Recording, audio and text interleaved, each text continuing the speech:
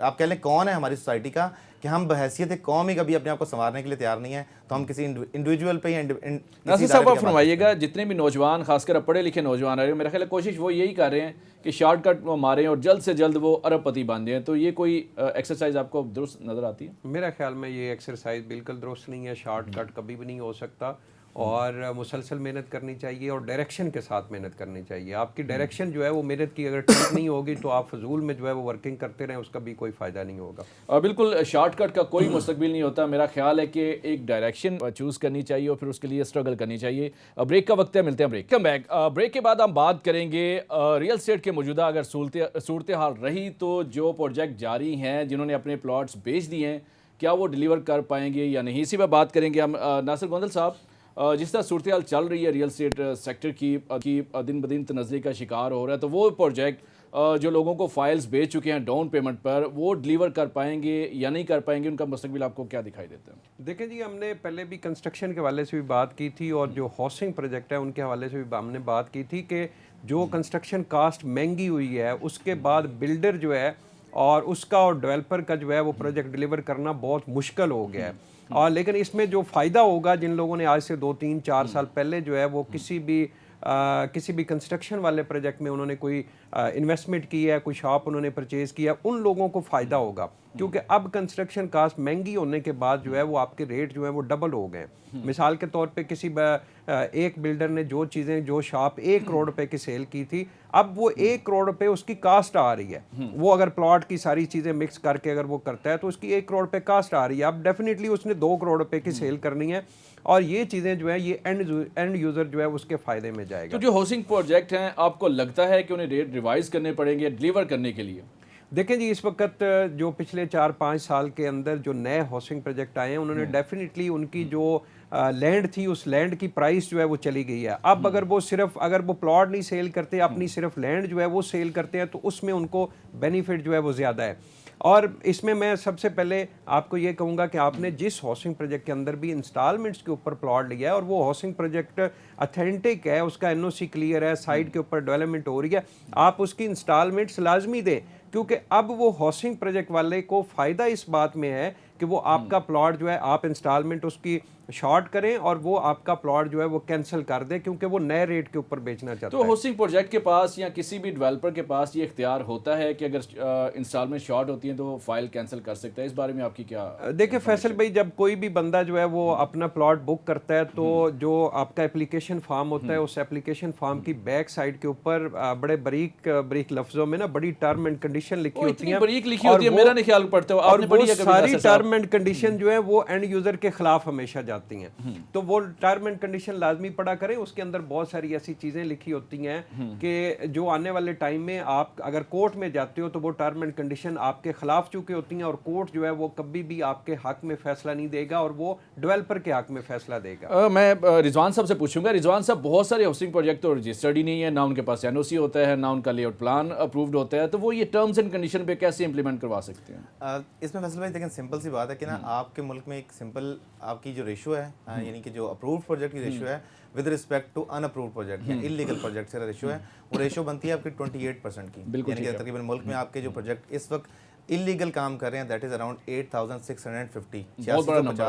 Project ایسے ہیں جن کے پاس NOC نہیں ہے. اب جو ٹوٹل پروجیکٹ سٹارٹ ہوئے ان میں سے جو ٹوٹل پروجیکٹس کے پاس NOC ہے that is the number is around 2430. 2430 projects ایسے ہیں کہ جن کے پاس NOC ہے. اب NOC اس لیے امپورٹنٹ ہے کہ دیکھیں جتنے بڑے ڈیولپمنٹ اتھارٹی ہیں, جیسے لاہور میں LTA, اسلام آباد میں CDA, پنڈی میں RDA اور فیصل آباد میں FDA, مطلب ہر ڈسٹرکٹ کا, گوادر میں GDA, یہ تو وہ بڑی سوسائٹی بڑے پروجیکٹس ہیں نا کہ جو ریگولائز کہیں نہ کہیں کر لیتے ہیں, ان کے پاس پاور ہوتی ہے, ان کے پاس کہیں نہ کہیں ایک منیمل پاور صحیح لیکن کچھ نہ کچھ پاور ہوتی ہے کہ آپ پریشرائز کرتے ہیں سوسائٹی کو. اب چھوٹے شہروں کی بات کرتے ہیں, اب جو TMA کے پروجیکٹس ہوتے ہیں, اب انہیں ریگولرائز کرنے کے لیے صرف آپ کو تھوڑے سے پیسے چاہیے جو آپ کے کرنٹ اس جگہ کے سٹنگ بروکریٹ ہوں گے, یا اس کے علاوہ کوئی بھی جو ممبر وہاں پہ بیٹھا ہے, اسپیشلی پٹواری تحصیلدار سے سٹارٹ ہو کے اوپر تک بات جاتی ہے, تو جب ان کو آگے تھوڑے سے پیسے دیتے ہیں تو آپ پروجیکٹ اپنا لیگل ڈکلیئر کرواتے ہیں. اب یہ ان میں سے میں نمبر کوٹ کیا 2430, اس میں سے بھی میکسیمم نمبر وہ ہے جو TMA کے نمبرز ہیں, بڑے شہروں کے نمبرز نہیں ہیں. اب ان نمبرز کے باوجود بھی سوسائٹیز ممبر کو اپنی اصل ڈلیوری جو ہے وہ دینے کی پوزیشن میں اس لیے نہیں آتی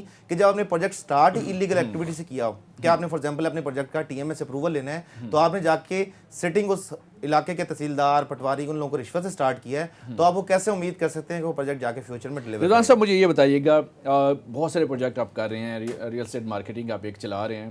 یہ فرمائیے گا آپ نے کتنے ایسے ہاؤسنگ منصوبے ہیں جن کے آپ نے ایل او پی دیکھے ہوں, این او سی دیکھے ہوں, اور پھر سب سے بڑھ کر آپ نے وہ ڈاکومنٹس دیکھے ہو کہ ان کے پاس لینڈ اتنی ہے اور بکنگ تو یہ زیادہ کر چکے ہیں, ہارڈلی 3 سے 4. تو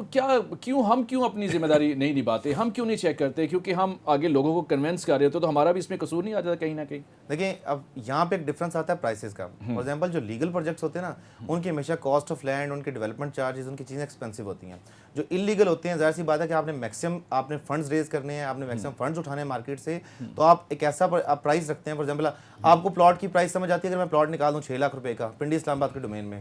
اب ایک انڈیویجول جس کی ریگولر منتھلی انکم ہے 30-35 ہزار 40 ہزار, وہ بھی افورڈ کر سکتا ہے. لیٹ سے بندہ 50 ہزار روپے مہینے کا کماتا ہے نا, تو اس کے لیے وہ پروجیکٹ فیزیبلٹی میں آتا ہے. اب وہ انویسٹ کر لے گا وہاں پہ. اب اس بندے کی چونکہ داد رسی کرنے کے لیے وہ چونکہ ایک نارمل انڈیویجول ہے, پاکستان کے 22 کروڑ لوگوں میں سے وہ انڈیویجول ہے جو 50 ہزار روپے منتھلی کماتا ہے, اس کو آپ کو لگتا ہے کہ کبھی اس کی آواز جا کے سپریم کورٹ تک یا ہائی کورٹ تک نہیں پہنچتی. رضوان صاحب آسان لفظوں میں بتائیے گا کہ فائل اور پلاٹ میں مین ڈفرنس کیا ہے. لوگ تو کنونس ہو جاتے ہیں, میں نے فائل لے لی, وہ سمجھتے ہیں شاید میں نے جائیداد جو ہے بائی کر لی ہے, فائل کہ میرا پلاٹ ہے. فائل اور پلاٹ میں کیا ڈفرنس کیا ہے؟ File is a piece of paper. آپ نے آپ کو تسلی دینے کے لیے فائل کا لفظ یوز کرتے ہیں کہ میں نے ایک پلاٹ خرید لیا. It is nothing more than that. جو پلاٹ ہے, پلاٹ آپ زمین پہ جس جگہ پہ کھڑے ہو کے فزیکلی دیکھ سکیں کہ یار یہ اس کے نارتھ میں یہ ہے, ایسٹ میں یہ ہے, ویسٹ میں یہ ہے, ساؤتھ میں یہ ہے, چیزیں ویریفائی کر سکیں, وہ پلاٹ ہے. تو ناصر صاحب آپ بتائیے گا, لوگ فائل لے لیتے ہیں, رکھ کے بیٹھ جاتے ہیں, جی ہم نے سرمایہ کاری کر لی, کہیں اپنے مستقبل اس سے منسلک کر رہے ہوتے ہیں, تو فائل کیا ریلائبل سورس ہے آپ کی انویسٹمنٹ کا؟ دیکھیں جی, اس وقت نئے جو ہاؤسنگ پروجیکٹ آتے ہیں وہ بکنگ پروسیس کرتے ہیں. فائل کا بیسیکلی لفظ جو ہے یہ میرے خیال میں ایم ہی یوز ہو گیا, اس کی کوئی مجھے تو سمجھ نہیں آتی. بیسیکلی تو یہ ایک بکنگ پروسیس ہوتا ہے کہ جو بھی نئے ہاؤسنگ پروجیکٹ آتے ہیں. سر فائل اس لیے کہ اس پہ نہ کوئی نمبر ہوتا ہے, نہ پلاٹ نمبر ہوتا ہے, نہ اس کے ایسٹ اور ویسٹ میں جیسے چیمہ صاحب نے بات کی کوئی نمبر ہوتا ہے, نہ وہ ایل او پی میں ہوتا ہے, نہ کوئی اس کا نقشہ ہوتا ہے. وہ ایک دے دیا جاتا ہے آپ کو, ایک پیپر دے دیا جاتا ہے, پیس آف پیپر. تو کیا یہ اتھینٹک میں تو نہیں سمجھ سکتا. دیکھیں فیصل بھائی, اس میں نا 90% جو نئے ہاؤسنگ پروجیکٹ ہیں انہوں نے پراپر ایک اپنی ایک ترتیب بنائی ہوتی ہے کہ پہلے بکنگ پروسیس ہوتا ہے, پھر کاسٹ آف لینڈ کلیئر کرنی ہوتی ہے, پھر اس کے بعد بیلٹنگ ہوتی ہے, بیلٹنگ کے تھرو اس کو پلاٹ نمبر, اس کی لوکیشن فائنل ہوتی ہے, پھر اس کے بعد ڈیولپمنٹ چارجز پے کرنے ہوتے ہیں. یہ آلموسٹ 90% جو آپ کے ہاؤسنگ پروجیکٹ ہیں ان کا ایک انہوں نے اپنی ترتیب بنائی ہوتی ہے تاکہ جو لوگ بھی اس ہاؤسنگ پروجیکٹ کے اندر پلاٹ لیتے ہیں وہ آسانی کے ساتھ تھوڑے تھوڑے کر کے اپنے پیسے. لیکن ناصر صاحب میرا جو میں یہ کہنا چاہ رہا ہوں کہ اسی فائل کے چکر میں جو لیگل ہاؤسنگ پروجیکٹ ہیں اس کا فائدہ وہ جو انلیگل اور غیر قانونی سوسائٹیاں ہیں وہ زیادہ اٹھاتی ہیں. کیا کہیں اس پہ؟ بالکل آپ کی بات ٹھیک ہے. پیٹرن وہی یوز کرتے ہیں جس نے فراڈ کرنا ہوتا ہے, وہی اچھے ہاؤسنگ پروجیکٹ والا پیٹرن یوز کر کے پبلک منی جو ہے وہ اٹھاتا ہے, اس کے بعد اپنی مرضی کرتا ہے کہ وہ اس ہاؤسنگ پروجیکٹ کو بنائے گا یا نہیں بنائے گا. اور مجھے سب سے بڑا اس وقت جو آنے والے ٹائم میں ایک فراڈ نظر آ رہا ہے کہ اگر کوئی بندہ مارکیٹ سے جو ہے وہ 1 کھرب روپے کی پیمنٹ جو ہے وہ اٹھاتا ہے اور 10 سال بعد 15 سال بعد وہ 1 کھرب روپے کی اماؤنٹ جو ہے وہ واپس ریٹرن کر دیتا ہے, اور لوگ تو مطمئن ہو جائیں گے کہ ان کو 15 سال بعد جو ہے وہ ان کی رقم جو ہے وہ مل گئی. حالانکہ ان کو یہ نہیں آئیڈیا ہو رہا کہ ان کے ساتھ کتنا بڑا ظلم ہوا ہے, اور اس ڈیولپر نے جس نے 15 سال یہ 1 کھرب روپے کی پیمنٹ جو ہے وہ یوز کی ہے, اس نے کتنا بڑا فائدہ اٹھایا ہے. آنے والے آپ کو پتہ ہے, اور ہمارے جو ادارے ہیں وہ اس وقت بھی, جیسے ہم نے پچھلے پروگرام کے اندر بھی میں نے ایک مثال دی تھی کہ 20 سال بعد ایک جو متاثرین ہیں ان کو صرف 20% اماؤنٹ جو ہے وہ واپس ملی ہے. اور اس طرح کے درجنوں اور اس طرح کے کیسز اس وقت ریئل اسٹیٹ انڈسٹری کے اندر موجود ہیں کہ انفرادی طور پہ لوگ کوشش بھی نہیں کرتے, اور بہت کم ایسا ہوتا ہے کہ کوئی ایک ایسا فورم بن جائے جہاں پہ متاثرین جو ہیں وہ اکٹھے ہو کے تھوڑا پریشر. رضوان صاحب کی طرف میں آگے. رضوان صاحب بڑا آسان ہے کہ اداروں کی ذمہ داری لگا کے ہم بری ذمہ ہو جاتے ہیں, تو اداروں کے ساتھ ساتھ ہمیں خود نہیں سوچنا چاہیے, کہیں بھی انویسٹمنٹ کرتے ہوئے اس کو دیکھنا چاہیے, ہماری ذمہ داری نہیں یہ بنتی؟